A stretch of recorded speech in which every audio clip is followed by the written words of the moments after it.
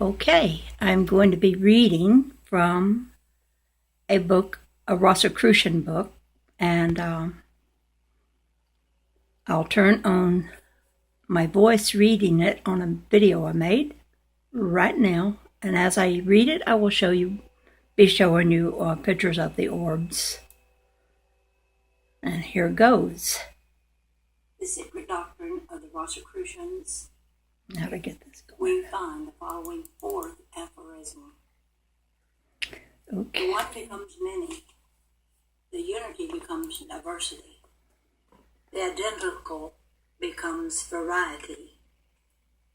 Yet the many remains one. The diversity remains unity. And the variety remains identical.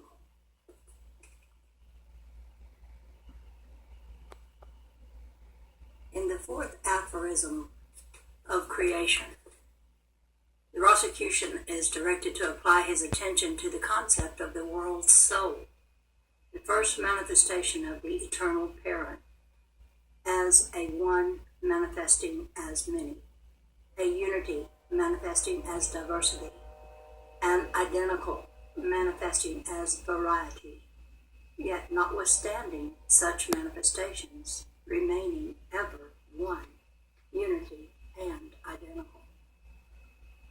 The concept of the world soul, so manifesting itself in manifoldness, diversity, and variety, yet ever remaining one, unity and identical, is represented by the Rosicrucians by the symbol of a small circle within a larger circle, the smaller circle being filled with tiny points or centers of manifestation. The outer circle, of course, the infinite unmanifest, the smaller circle, of course, being the world soul, and the small dots or points being the individualized centers of life, being an activity manifested by the world soul. That all beings are in truth but expressions of the one being. Centers of consciousness, form, and activity within itself is a fundamental tenet of all occult and esoteric teaching. That all being is one, all life one, all form one, all consciousness one, is known to all true disciples of the occult and esoteric teachings of the past and present, Occidental and Oriental, philosophical and theological. Hidden behind and under the orthodox esoteric teachings, there is always to be found this insistence upon essential oneness on the part of the inner teachings of all schools. That there is but one life and not many lives is a fundamental article of all occult and esoteric faith. The one life, moreover, is not to be thought of as dividing and splitting itself up into bits, parts, and particles in order to accomplish the process of creation and the manifestation of the world. Instead, it is to be thought of as merely reflecting itself in the many individual mirrors of expression, just as the sun reflects itself in one of the millions of falling raindrops, or in a million tiny jars filled with water. There are millions of reflections of the one, but only the one in reality.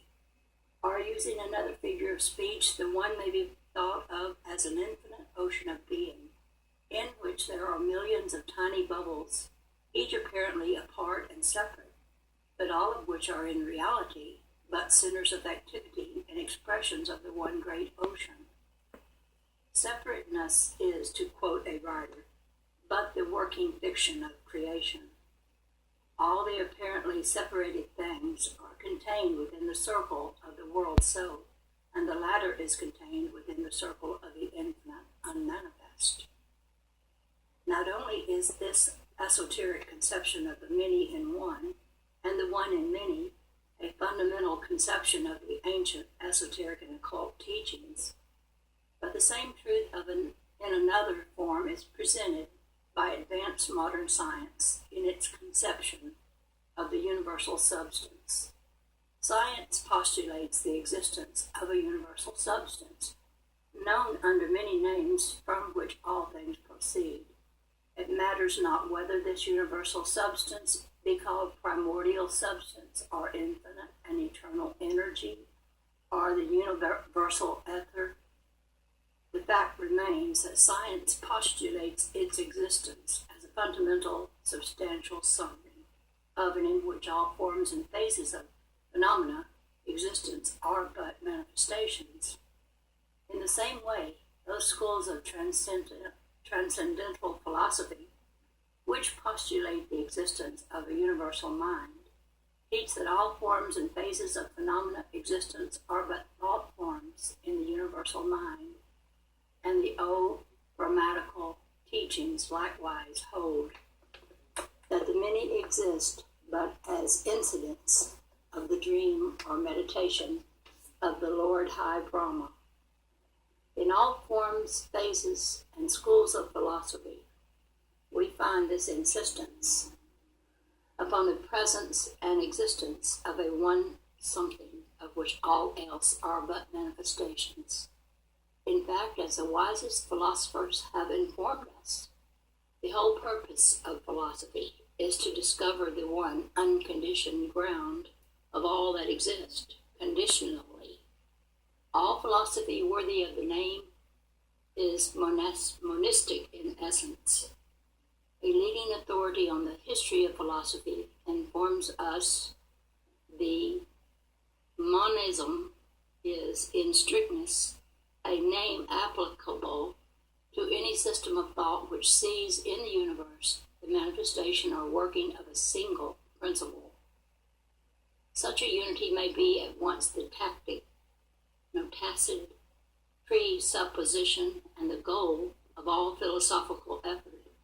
And insofar as a philosophy fails to harmonize the apparently independent and even conflicting facts of experience as aspects or elements within a larger whole, it must be held to fall short of the necessary ideal of thought. Dualism, in an ultimate metaphysical reference, is a confession of the failure of philosophy to achieve its proper task. And this is a justification of those who consistently use the word as a term of reproach. And now let us take a brief passing glance at the Rosicrucian teachings concerning the manner in which the one proceeded to become the many, the unity to become diversity, the identical to become variety, and yet remain the one.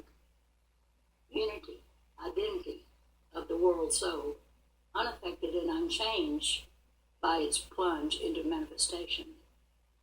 Evolution we see on all sides around us, but all evolution must be preceded by involution, as all occultists and scientists know full well. Modern science, in pursuing its discoveries along the lines of evolution, has almost entirely ignored the twin activity of manifestation, which is known as involution.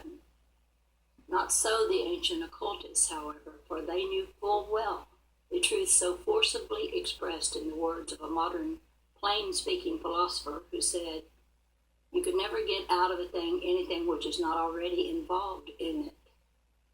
And to the ancient student of the esoteric teachings, any ideal of evolution, which did not begin with the teachings concerning involution, was like the play of Hamlet with Hamlet left out.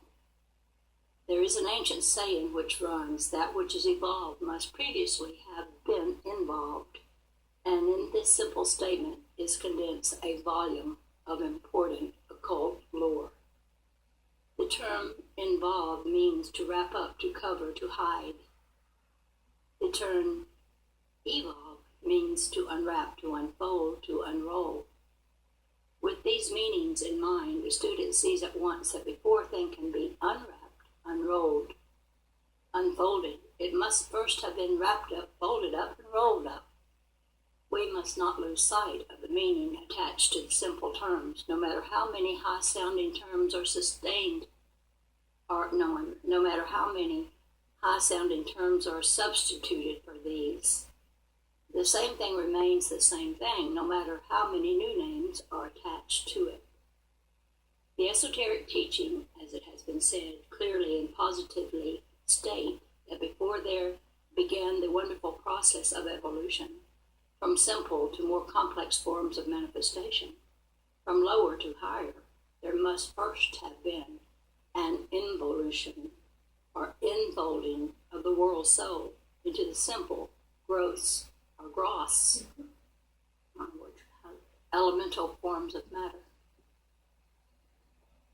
The vibrations must have been lowered before they can have been increased. Plunging at once with terrific speed and force into the abyss of manifestation, the world's soul created for itself material garments of the densest and grossest elemental matter. This extreme form of elemental matter is not known to us today, for it has been discarded in the course of evolution on this particular planet. It, however, still exists on other planets of our solar system. This form or forms of elemental matter is below the scale of the mineral and is as much lower than the grossest mineral known to science, as that mineral is lower than the highest plant.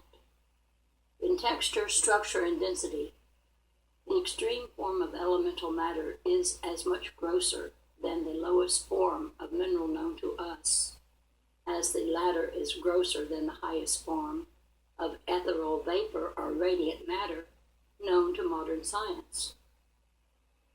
It is useless to try to describe this form of matter, for the ordinary mind cannot grasp it in the absence of concrete illustration. When the lowest point in the scale of evolution was reached, then the law of rhythm asserted itself and the upward climb began. The first movement of evolution began to manifest itself, and at this precise point there was begun the manifestation of what may be termed individualization, or the forming of centers of activity and consciousness. The world soul descended into the depth of evolution in mass, and then began to emerge from those depths by an apparent splitting up process, in which the active newborn centers of activity began to assert themselves and to move upward toward self-expression. The simpler centers, which occultists know to be the centers of activity of the electrons of matter, began to form molecules. There was, of course, manifested the presence of mind within this gross matter, but only the faint glimmerings were manifested, for the gross enveloping sheaths of matter almost smothered the mental principles involved within them. The process of evolution once begun, it proceeded rapidly. Higher and higher in the scale of manifestation rose the things in spiralic process, each spiral rising above the one beneath it, and yet each proceeding apparently in a circle, as do all proceeding things. In due time, the first signs of the mineral kingdom began to show themselves, building upon the basis of the sub-mineral form of matter. In the mineral kingdom began to manifest higher forms of life and mind, for as the occultists know well, the minerals possess both life and mind in a certain degree. And then later appeared the first signs of plant life, forms but slightly above those of certain crystals. When the temperature of the earth was at a point at which life is commonly believed to be impossible, there were present certain strange forms of life which may be described as half mineral, half plant. These crystals reproduced themselves by a splitting up process and grew from the inside as do plants. These life forms were composed of the same materials as the crystals from which they evolved, but they possessed a greater degree of life and mind. And while from one point of view they may be said to have been minerals, yet from another they may truly be said to have been plants. These strange creatures have disappeared, as have all other intermediate forms, which have played the parts of bridges in the evolutionary process. But they have left their traces in the material bodies of both plants and animals. For it must be remembered that even the bodies of the highest forms of plant or animal life are composed of certain chemical elements which were derived from the mineral kingdom, as for instance, oxygen, hydrogen, carbon, nitrogen, sulfur, phosphorus, etc. The first forms of real plant life are described by the old teachers as having been a now extinct lowly form of plant life, scarcely more than a crystal in appearance, and yet manifesting the characteristics of plant life. Then appeared the ancestors of what are now known as the Colochum, I can't pronounce it, it's spelled this way, Chlomacea, which are a strange group of lowly creatures comprising the characteristics of both plant and mineral life and being found even today in the deposits upon damp rocks, the bark of trees, etc. From this and simpler creatures evolved the ancestors of what are now known as the angiosperms, or lowest forms of plant life, and later the ancestors of the gymnosperms, which are probably the lowest forms of animal life known to science today. The process of evolution is caused by the constant striving of the life and mind within the sheaths of matter, the striving to express more and still more of themselves, and to mold and use the sheaths of matter in the work of self-expression. Protoplasm, physical basis of plant and animal life, was evolved in this way. Then came the single-celled creature, which dwelt in the slime of the ancient ocean beds. Then formed the life composed of colonies of cells appeared. Then more complex forms of cell combination, and so on until the highest forms of life known to us today were evolved. Finally, primitive man was evolved.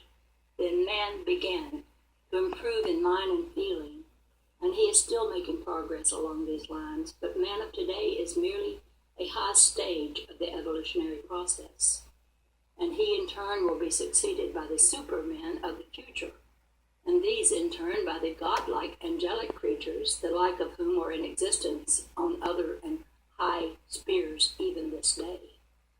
But always remember that in all the millions of types of living forms, and the millions upon millions of individuals ensouling these forms, there is no real separateness. All life is one, and all life but the life of the world soul. Therefore, in the symbol of the Rosicrucians, the countless points within the smaller circle, which in turn is enclosed within the larger circle, we have a picture of the eternal parent and its first manifestation, the world soul, the latter manifesting the countless life forms in the world of manifestation. And the work of evolution is still underway, and higher forms of expression will proceed from within the evolved being of the world soul, which is ever striving and struggling to manifest itself in self-expression. And that ends that chapter. I'm going to be reading other chapters from this book.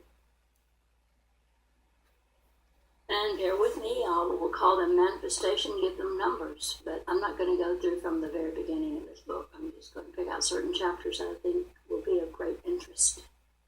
This is the Dove Lady, over and out for now.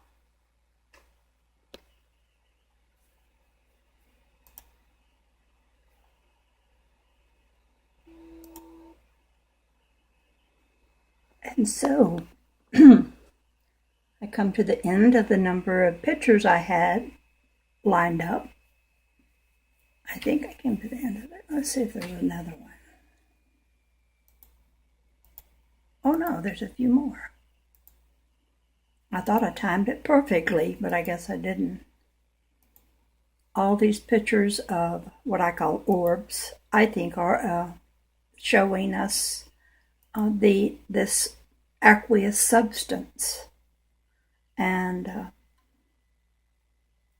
I think it's showing us what everything is created out of. And this is invisible stuff. I don't know how it is that I'm able to film it. But this invisible stuff creates the visible things we call our world, our reality. And I think this is going to be very important that we understand this bonding of energy. And I do believe we're going to become super men and women, God men and women, even though the church calls it, blasphemy to think that you're God. But I don't agree with that. I think that is our gold.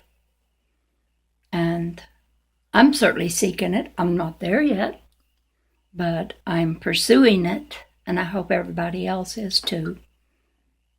And this is the Dove Lady, over and out for now. Bye-bye.